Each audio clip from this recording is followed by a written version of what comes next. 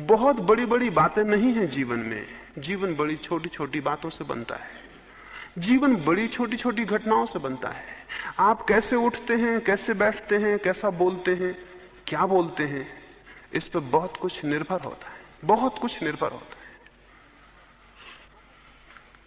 और इन सारी बातों का जो केंद्र है, जहां से सबका जन्म होता है, वो विचार है। तो विचार को सत्योन्मुख, शिवोन्मुख और सौंदर्योन्मुख होना चाहिए। निरंतर जीवन में ये स्मरण बना रहे कि हम सत्य का चिंतन करें। समय जब मिले तो हम सत्य पर थोड़ा विचार करें, सौंदर्य पर थोड़ा विचार करें, शुभ पर थोड़ा विचार करें।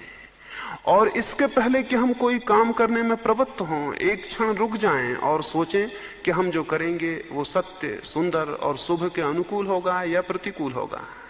जब कोई विचार मन में चलने लगे तो हम सोचें कि ये जो धारा चल रही है, ये विचार की धारा शुभ के, सत्य के, सुंदर के अनुकूल है या कि प्रतिकूल है।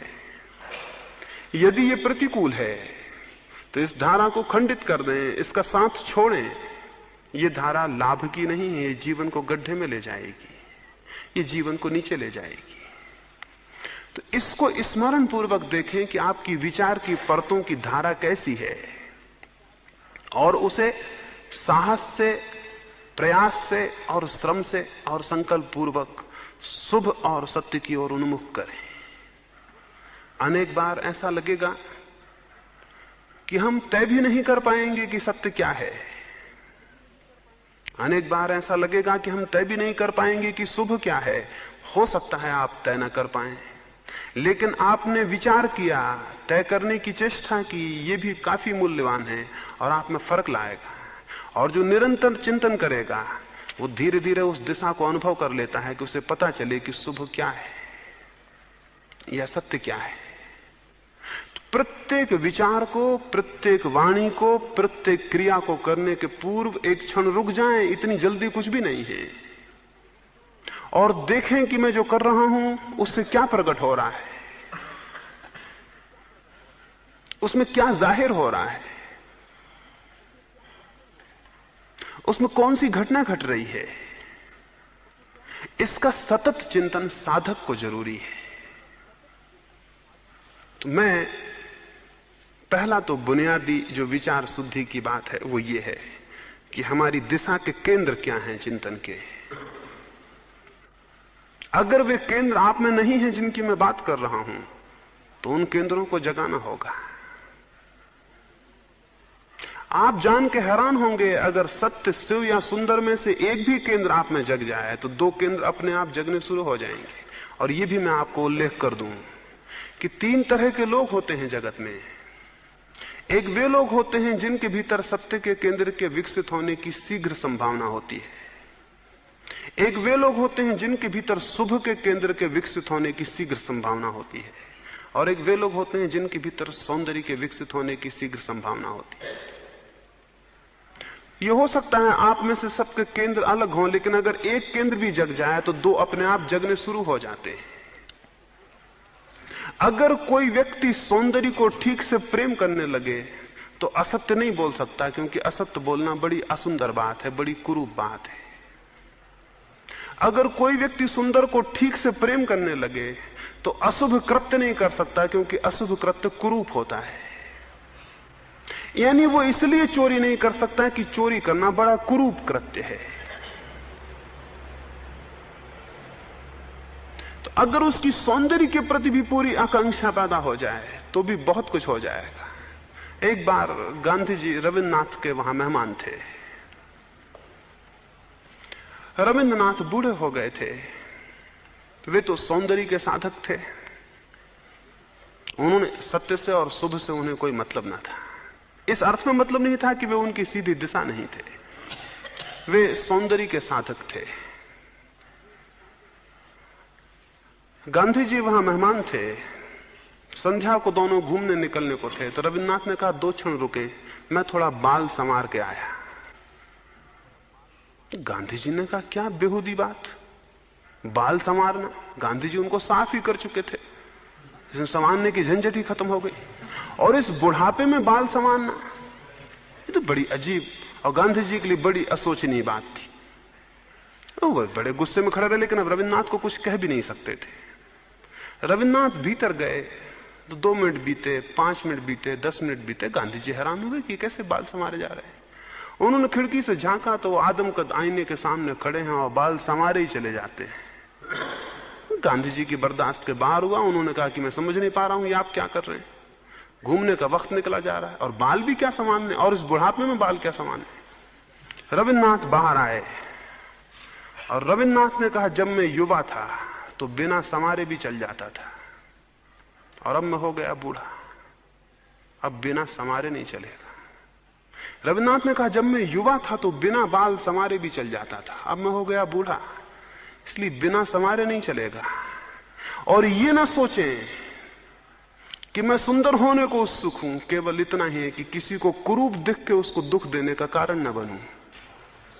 रविन्द्रनाथ ने कहा कि ये ना सोचें कि मैं सुंदर दिखने को उत्सुक हूं, ये देह जिसको मैं सुंदर बना के घूम रहा हूं कल राख हो ही जाने वाली है, कल ये चिता पे चढ़ेगी और जल जाएगी, वो मैं जानता हूं। लेकिन किसी की आंख में कुरूपता खटके ना, किसी को दुख का कारण ना बन जाऊं, इसलिए ये सारी उत्सुकता है। ये सौंदर्य का साधक यूं सोचेगा, कुरूपता दूसरे के लिए प्रतिहिंसा है, फिर वो कुरूपता किसी भी तरह की हो, फिर चाहे वो व्यवहार की हो और चाहे वाणी की हो और चाहे कैसी हो। तो मैं आपको ये कहूंगा कि अगर आप में सुंदर होने की उत्सुकता है तो पूरी तरह सुंदर हो जाइए, पूरी तरह सुंदर हो जाइए कि सर्वांग जीवन सुंदर हो जाए। तो मैं ये नहीं कहता कि जो बाल संवार रहे हैं वो बुरा कर रहे हैं, मैं ये उनसे यही कहता हूं कि बाल जरूर संवारें, और भी बहुत कुछ है जो संवार लें। मैं नहीं कहता आप आभूषण पहन के निकले हैं तो बुरा कर रहे हैं, मैं ये कहता हूं आभूषण पहने ये तो अच्छा किया, लेकिन सच्चे आभूषण भी पहन ले। मैं ये नहीं कहता कि आप शुभ्र वस्त्र पहन के आए हैं तो बुरा किया, बहुत अच्छा किया। शुभ्र वस्त्र पहने ये तो ठीक ही किया, शुभ्र अंतस भी हो जाए। तो सुंदर को पूरा साधें तो आप पाएंगे कि सत्य और शुभ उसमें अपने आप समाविष्ट हो जाएंगे। जो शिवत्व को साधेगा वो भी सुंदर को और सत्य को उपलब्ध हो जाएगा, जो सत्य को साधेगा वो भी दोनों को उपलब्ध हो जाएगा, वो भी दोनों को उपलब्ध हो जाएगा। इन तीन में से कोई भी आपकी दिशा हो, कोई भी आपके रुचि का केंद्र बनता हो, उसको केंद्र बना लें और अपने विचार को उसकी परिधि पर घूमने दें और उससे अंत प्रभावित होने दें। एक केंद्र चुने इन तीन में से और उसे साधें, और जीवन के सर्वांगीण विधियों में, व्यवहारों में, आचार में और व्यवहार में उसे साधें, तो आप धीरे धीरे एक अद्भुत बात अनुभव करेंगे। जैसे जैसे वो केंद्र सधने लगेगा वैसे वैसे आपके जीवन की विकृतियां और अशुद्ध विचार विलीन होने लगेंगे। मैं आपको ये नहीं कहता हूं बहुत जोर से कि आप धन का चिंतन छोड़ें, मैं आपसे ये कहता हूं आप शुभ का, सुंदर का और सत्य का चिंतन प्रारंभ करें। जब आप सुंदर का चिंतन प्रारंभ करेंगे तो आप धन का चिंतन नहीं कर सकेंगे, क्योंकि धन के चिंतन से ज्यादा कुरूप और कोई स्थिति नहीं है। जब आप सुंदर का चिंतन करेंगे तो आप सेक्स का चिंतन नहीं कर सकते हैं, क्योंकि उससे ज्यादा कुरूप चित्त की और कोई स्थिति नहीं है। तो मैं पॉजिटिवली, विधायक रूप से यह कहता हूं कि शुद्ध विचार के किसी केंद्र पर अपनी ऊर्जा को और अपनी शक्ति को संलग्न होने दें। आप पाएंगे आपकी शक्ति व्यर्थ के केंद्रों से सरकती चली आ रही है, उसने वहां से हाथ छोड़ दिए हैं। स्मरण पूर्वक जो अशुद्ध है उसे छोड़ना, और स्मरण पूर्वक जो शुद्ध है उस पर अपने को स्थिर करना और स्थापित करना है। विचार शुद्ध होगा तो जीवन में फिर बहुत गहरी गति होगी। ये विचार की मूल बात है। विचार शुद्धि के लिए विचार की ये मूल बात है। फिर कुछ और बातें हैं जो गौण हैं, वो भी मैं आपको स्मरण दिला दूं। विचार के शुद्ध होने के लिए महत्वपूर्ण है कि आप ये जाने कि आपके भीतर सारे विचार बाहर से आते हैं, कोई विचार आपके भीतर नहीं होता। सारे विचार आपके पास बाहर से आते हैं। विचार की खूंटियां भीतर होती हैं, विचार बाहर से आते हैं। ये जरा समझ लें, विचार बाहर से आते हैं, खूंटियां भीतर होती हैं। अगर किसी व्यक्ति ने धन का चिंतन किया है तो धन के विचार तो बाहर से आते हैं, केवल धन के विचार करने की जो कामना है उसकी खूंटी भर भीतर होती है। विचार बाहर से आकर उस खूंटी पर टंग जाते हैं। जो सेक्स का चिंतन करता है, सेक्स की खूंटी तो भीतर होती है, विचार बाहर से आकर उस पर टंग जाते हैं। जो जिस बात का चिंतन करता है उसकी सिर्फ खूंटी भीतर होती है, विचार हमेशा बाहर से आके टंग जाते हैं। आपके पास जितने विचार हैं वो सब बाहर से आए हुए हैं। विचार की शुद्धि के लिए यह जानना जरूरी है कि विचार जो बाहर से हमारे भीतर आ रहे हैं वो अविवेकपूर्ण रीत से भीतर ना आए। हम सजग हों और जिसको भीतर आने देना चाहते हो वही हमारे भीतर आए, शेष को हम बाहर फेंक दें। मैं भी पीछे कहता था अगर मेरे घर में कोई कचरा फेंक देगा तो मैं उससे झगड़ने जाऊंगा, लेकिन मेरे दिमाग में अगर कोई कचरा फेंकता है तो मैं झगड़ने नहीं जाता। अगर आप रास्ते पे मुझे मिलें और मैं एक फिल्म की कहानी आपको सुनाने लगूं तो आपको कोई दिक्कत नहीं होती, और अगर मैं घर में जाके आपके थोड़ा कचरा फेंकाऊं तो आप कहेंगे आपने ये क्या किया, कानून के विपरीत है। और मैं आपके दिमाग में कचरा डालूं, एक फिल्म की कहानी सुनाऊं, तो आप बड़े मजे से बैठ के सुनते रहते हैं। अभी हमको ये पता नहीं है कि दिमाग में भी कचरे फेंके जा सकते हैं, और हम सारे लोग एक दूसरे के ऐसे दुश्मन हैं कि एक दूसरे के दिमाग में कचरा फेंकते रहते हैं। जिनको आप मित्र समझते हैं वे आपके साथ क्या कर रहे हैं, उनसे बड़ा दुर्व्यवहार और कोई नहीं कर सकता। इससे दुश्मन बेहतर, कम से कम आपके दिमाग में कुछ नहीं फेंकता क्योंकि आपसे मिलता जुलता नहीं। हम सब एक दूसरे के दिमाग में कचरा डाल रहे हैं, और हम इतने सोए हुए लोग हैं कि हमें पता ही नहीं होता कि हम क्या ले रहे हैं। हम सबको स्वीकार कर लेते हैं। हम धर्मशालाओं की तरह हैं जिनमें कोई रखवाला नहीं है और जिन पर कोई द्वारपाल नहीं बैठा हुआ है कि कौन ठहरे और कौन न ठहरे। उसमें जो भी आए, आदमी या जानवर या चोर या बेईमान, वो सब ठहरे, और जब उसका मन हो तब चला जाए, और न मन हो तो बराबर रहा है। मन को धर्मशाला नहीं होना चाहिए। अगर मन धर्मशाला होगा, सुरक्षित नहीं होगा, तो अशुद्ध विचार से छुटकारा मुश्किल है। तो स्मरण पूर्वक मन के ऊपर पहरा होना चाहिए। शुद्ध विचार के लिए दूसरी जरूरत है कि मन पर पहरा हो, एक वॉचफुलनेस हो। हम जागे सजग पहरेदार हो कि हमारे भीतर क्या आता है, जो व्यर्थ है उसे इंकार कर दें। मैं भी एक सफर में था, मैं था और मेरे साथ मेरे कंपार्टमेंट में एक सज्जन और थे। वे मुझसे कुछ बातचीत करना चाहते होंगे। जैसे ही मैं बैठा उन्होंने सिगरेट निकाल के मुझे दी। मैंने कहा क्षमा करें, मैं नहीं लूंगा। उन्होंने सिगरेट अंदर रख ली। फिर थोड़ी देर बाद उन्होंने पान निकाला और मुझसे कह लीजिए। मैंने कहा माफ करें, मैं नहीं लूंगा। वो फिर पान रख के बैठ गए। फिर उन्होंने अपना अखबार उठाया, बोला इसको पढ़िएगा। मैंने कहा क्षमा करें, मैं नहीं पढ़ूंगा। वो बोले बड़ा मुश्किल है, हम आपको कुछ भी देते हैं आप नहीं लेते। वो मुझसे बोले हम आपको कुछ भी देते हैं आप कुछ भी नहीं लेते। मैंने कहा कि जो कुछ भी ले लेते हैं वो नासमझ है, और आप जो दे रहे हैं मैं कोशिश करूंगा कि आपसे भी छिन जाए। मैं तो उसे नहीं लूंगा, आपसे भी छिन जाए ये कोशिश करूंगा। आप क्या करते हैं? अगर खाली बैठे हैं अखबार उठा के पढ़ने लगेंगे, क्योंकि खाली बैठे हैं। तो खाली बैठे रहना बेहतर है बजाय कचरा इकट्ठा करने से। खाली बैठे रहना बुरा नहीं है। कुछ ऐसे पागल हैं जो ये कहते हैं कि कुछ ना कुछ करना ना करने से अच्छा है। ये गलत है। कुछ भी गलत करने से ना करना हमेशा बेहतर है। कुछ हैं जो कहते हैं कि कुछ ना कुछ करते रहना कुछ भी ना करने से बेहतर है। मैं आपसे कहता हूं कुछ भी ना करना, कुछ भी गलत सलत करने से हमेशा बेहतर है, क्योंकि उस वक्त कम से कम आप कुछ खो तो नहीं रहे, उस वक्त कम से कम कुछ व्यर्थ तो इकट्ठा नहीं कर रहे हैं। तो इसकी एक सजगता, विचार के आंतरिक संक्रमण में हम सजग हों तो विचार को शुद्ध रखना कठिन नहीं है, अशुद्ध विचार को पहचान लेना कठिन नहीं है। वे विचार जो आपके भीतर जाके उत्तेजना पैदा करते हो अशुद्ध है, वे विचार जो आपके भीतर जाके शांति के झरने पैदा करते हो शुद्ध है। वे विचार जो आपके भीतर जाकर आनंदोन्मुख करते हो शुभ है। वे विचार जो आपके भीतर जाके किसी तरह की बेचैनी, चिंता, एंजाइटी पैदा करते हो वे अशुभ है। तो उन विचारों से अपने को बचाएं और अपने मन के सजग पहरेदार बने, तो विचार शुद्धि की तरफ संक्रमण होता है। और तीसरी बात, इस जगत में जैसे अशुभ विचार के आवर्तन बाहर चल रहे हैं और अशुभ विचार की आंधियां बाहर बह रही हैं और अशुभ विचार के धुआं आपके चित्त में प्रवेश करता है और आपको घेर लेता है।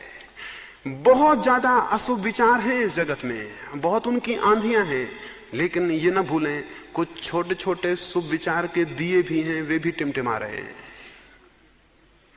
कुछ शुद्ध विचार की छोटी छोटी लहरें हैं, वे भी जीवित हैं। इस पूरे अंधकार के विराट सागर में कुछ प्रकाश की किरणें भी हैं, उनका सानिध्य खोजें, उसको हम सत्संग कहते हैं। इस बहुत अंधेरे से भरी हुई दुनिया में बिल्कुल अंधेरा नहीं है, कुछ दिए हैं, मिट्टी के ही सही और छोटी उनकी लौ हो तो भी सही, लेकिन वे भी हैं, उनका हम सानिध्य खोजें। क्योंकि जो जलते हुए दियों के करीब अपने बुझे दियों को ले जाएगा, बहुत संभव है उसकी ज्योति जो कि बुझी बुझी है उन दूसरे दियों के सानिध्य में पुनरुज्जीवित हो जाए। बहुत संभव है कि वो अपने धुओं को खो दे और लपट बन जाए। सानिध्य खोजें उन किरणों का जो कि सत्य के लिए, शुभ के लिए और सुंदर के लिए हैं। उसके सानिध्य में अपने को ले जाएं। उन विचारों के, उन विचार पुरुषों के, उन वैचारिक तरंगों के आवर्त में अपने को ले जाएं जहां यह संभव हो। ये तीन प्रकार से संभव हो सकता है, शुभ और सद विचारों के करीब, शुभ और सद पुरुषों के करीब, और सबसे ज्यादा और सबसे महत्वपूर्ण प्रकृति के सानिध्य में। प्रकृति कोई अशुभ विचार नहीं देती है। अगर आप आकाश को बैठ के देखें, सिर्फ देखते रहें, आकाश आप में कुछ अशुभ पैदा नहीं करेगा, बल्कि आपका सारा कचरा थोड़ी देर में क्षीण हो जाएगा और आप पाएंगे कि आप आकाश को देखते देखते आकाश के साथ एक हो गए हैं। एक पहाड़ से गिरते हुए झरने को देखते देखते आप पाएंगे कि आप पहाड़ का झरना हो गए हैं। एक हरियाली से भरे हुए वन को देखते देखते आप पाएंगे आप भी एक दरख्त हो गए हैं। एक साधु हुआ, उससे एक व्यक्ति ने जाके पूछा कि मैं सत्य को जानना चाहता हूं, कैसे जानूं? उसने कहा भी बहुत लोग हैं, कभी अकेले में आना। वो दिन भर नहीं आया, वो सांझ को आया जब कोई भी नहीं था, दिए जल गए थे, रात हो गई थी। साधु अकेला था, अपना दरवाजा बंद करने को था। उस आदमी ने कहा ठहरे, अब कोई भी नहीं है, आप आए हुए लोगों को विदा करके दरवाजा बंद कर रहे हैं। मैं बाहर ही रुका था, जब सब विदा हो जाएंगे मैं भीतर प्रवेश करूंगा। अब मैं आ गया, अब मैं पूछना चाहता हूं मैं शांत कैसे हो जाऊं, परमात्मा को कैसे उपलब्ध हो जाऊं? उसने कहा बाहर आओ, ये झोपड़े के भीतर नहीं हो सकेगा, क्योंकि यहां जो दिया जलाया है वो आदमी का जलाया हुआ है, और ये झोपड़ी के भीतर नहीं हो सकेगा क्योंकि झोपड़ी है आदमी की बनाई हुई है। बाहर आए, एक बड़ी दुनिया भी है जो किसी की बनाई हुई नहीं, या कि परमात्मा की बनाई हुई है। बाहर आए, वहां मनुष्य का सृजन कुछ भी नहीं है, वहां मनुष्य की कोई छाप नहीं है। और आप स्मरण रखें, अकेला मनुष्य ऐसा प्राणी है जो अशुभ छापें छोड़ता है और कोई अशुभ छापें नहीं छोड़ता है। बाहर आए, वहां बांस के दरख्त थे और चांद ऊपर खिला हुआ था, ऊपर उगा हुआ था। वो साधु उन दरख्तों के पास जाके खड़ा हो गया। 1 मिनट, 2 मिनट, 10 मिनट, 15 मिनट उस आदमी ने पूछा कुछ बोलिए भी तो, आप चुपचाप खड़े हैं, इससे हम क्या समझेंगे? उसने कहा अगर तुम समझ सकते तो समझ जाते, तुम भी चुपचाप खड़े हो जाओ, और हम बांस का एक दरख्त हो गए हैं और तुम भी हो जाओ। बोला ये तो बड़ा मुश्किल है। उस साधु ने कहा यही हमारी साधना है, बांसों के पास खड़े खड़े हम थोड़ी देर में भूल जाते हैं कि हम अलग हैं और हम बांस ही हो जाते हैं। और चांद को देखते देखते हम थोड़ी देर में भूल जाते हैं कि हम अलग हैं और हम चांद ही हो जाते हैं। और प्रकृति की सानत